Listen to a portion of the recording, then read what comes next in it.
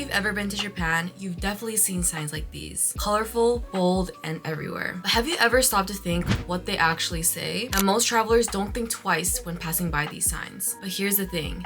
Every single one of them is teaching you Japanese. You just have to learn how to read what the city is saying. Today, we're walking through Tokyo to uncover how everyday signs secretly teach you kanji. One word, one corner, one street at a time. Now, you've probably seen those Japan travel memes where people struggle because, well, there are no subtitles in real life. Now, in Japan, language learning is pretty much built into the environment. Now, what I mean by this, everywhere you go, the train station, a park, a ramen shop, you are surrounded by real Japanese in action. And when you start noticing these patterns, the city itself becomes your classroom. Let's start reading Japan.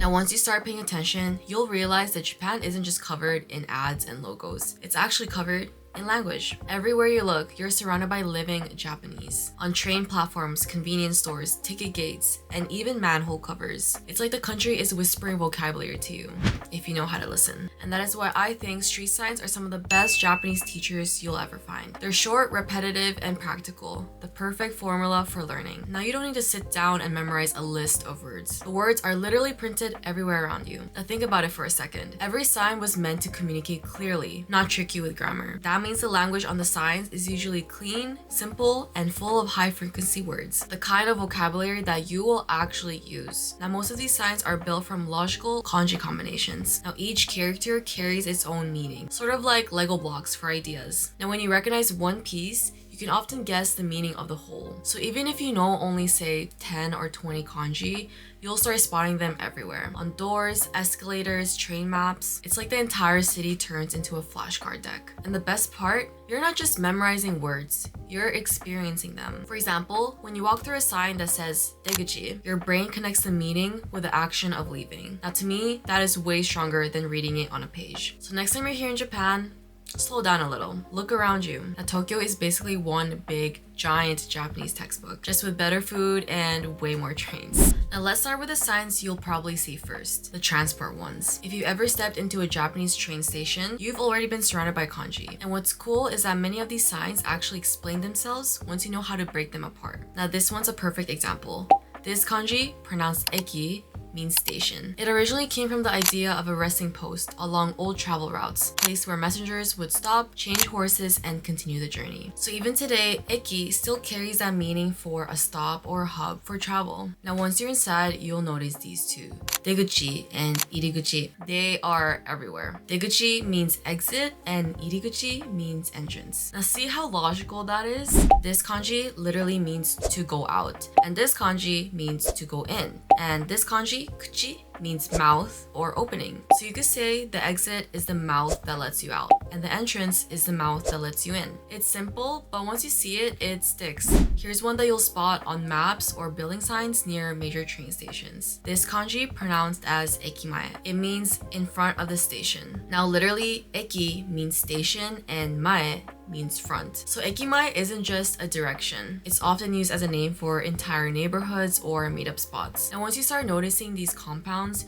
you'll start to realize that Japanese makes a lot of sense visually. Each kanji adds its piece of meaning, and together they build a whole word. Sort of like a mini story written into the city. So when you recognize a few of these characters, Tokyo suddenly transforms. It's not just signs and symbols anymore, it's words that you can actually read. And the more you notice, the faster you learn. Now that we've learned how to navigate Tokyo stations, let's look at the next set of kanji that you'll meet everywhere. The ones that keep you safe. Now Japan is full of signs reminding you what to do and what not to do. Now this one, chui, means caution or pay attention. You'll see it on the floor near train doors or wet steps or next to anything that might make you trip. It's made from two kanji. This one, which means to pour or to focus, and this one, which means mind or spirit. So together, chui literally means focus your mind. It's not just a warning, it's a polite reminder to stay aware. Next up, kinshi, prohibited. Now you will find this everywhere. No smoking, no entry, no parking. The first kanji means forbid. The second one means to stop. So kinshi is literally forbid and stop. Now if you remember that, you'll instantly know when something is off limits. And then there's kiken, danger. You'll see this one near train platforms, cliffs, or electric fences. Now this kanji means dangerous, and this one right here means steep or risky. Together, they paint a vivid image.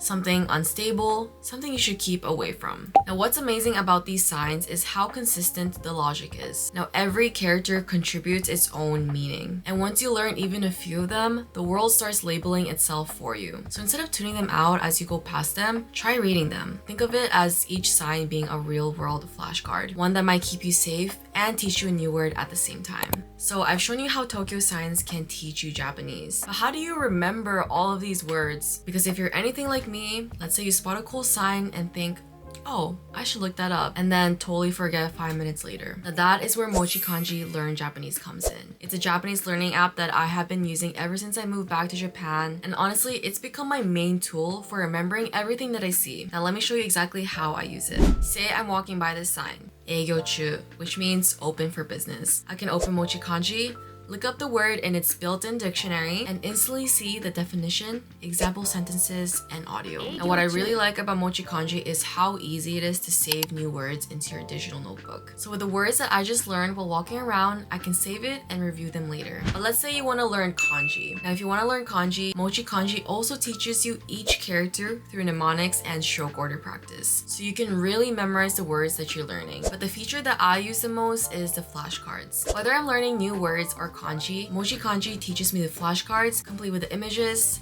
meaning, example sentences, audio, and kanji stroke breakdown. Now each flashcard is very straightforward, and you have the option to select whether you already know or don't know a word. That way you're not wasting time on stuff that you already know. You're focusing on what actually needs learning. Same thing when you get tested on your knowledge. You'll keep getting tested on your mistakes until you've actually mastered it. Now the special thing about MochiKanji that helps you memorize words and kanji effectively is golden time. Now what this means is that when you review, the app uses spaced repetition and its special algorithms. Basically, it shows you a reminder for reviewing a word just right when you're about to forget it. Now this is very helpful. Now there are also 5 levels of memorization, from level 1 to level 5. So you actually watch your progress grow over time. You can check each level into the digital notebook. It's like the city gives me the vocabulary and MochiKanji helps me keep it. I use MochiKanji for anything that I come across, whether that would be signs, menus, and regular conversations. Now the app also has basic conversations like talking about hobbies or asking for help. It's really fun and helps you respond more naturally in Japanese. It helps me connect my everyday life here with the language that I'm still learning again. So if you're learning Japanese or even just visiting Japan,